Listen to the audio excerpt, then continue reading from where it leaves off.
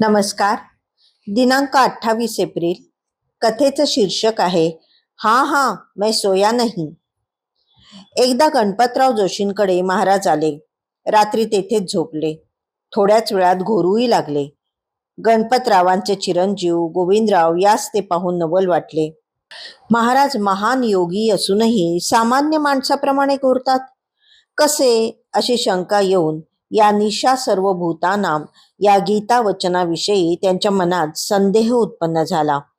तेवढ्यात महाराज झोपेतच खाकरून हा हा ए सोनार, नाही नाही मैं सोया नाही असे बोलून परत घोरू लागले.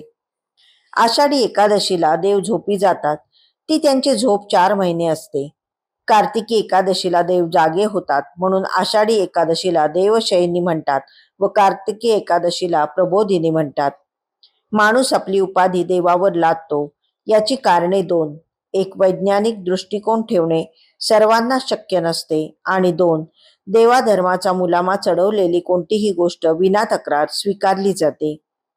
वैज्ञानिक दृष्ट्या आषाढ ते कार्तिकी हे 4 महिने पावसाचे असतात. वातावरणातील मलुलपणा, नवे पाणी यामुळे जठराग्नी मंद झालेला असतो. म्हणूनच 4 महिने आहारावर नियंत्रण आणणे जरुरीचे असते.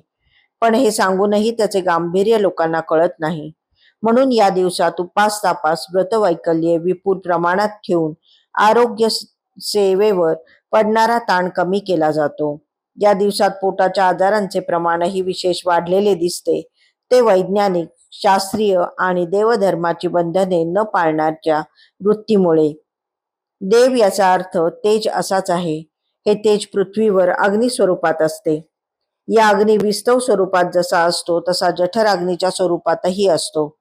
हा जठराग्नी मानवी देहात असतो. तो मंद होणे म्हणजेच देव झोपी जाणे होय. चैतन्य रूप परमात्मा मूळ तेजोरूपच आहे. ते तेज प्रत्येक जीवाच्या ठायी असतेच.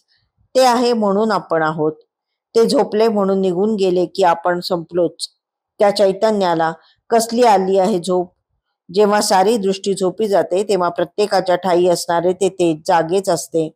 झोपतात ते हे देह आणि जेव्हा सारी दृष्टी जागी होते तेव्हा ते चैतन्य तेज देह बुद्धीने झाकले जाऊन मीपणाने म्हणजे जीवरूपाने वावरते. ते स्वरूप झाकले जाणे हीच त्या चैतन्याची जीवरूपाची झोप असते एवढेच. एरवी तेही जागेच असते. खरे तर प्रत्यक्ष परमात्मा तेजस महाराजांच्या रूपाने अवतरले होते. पण त्यांच्याकडे सामान्य प्राकृतिक पुरुष म्हणून पाहिल्यामुळे तसेच स्वस्वरूपाच्या अज्ञानामुळे गोविंदरावांचा मनात संभ्रम उत्पन्न झाला व गीता वचनाविषयी संदेह वाटू लागला.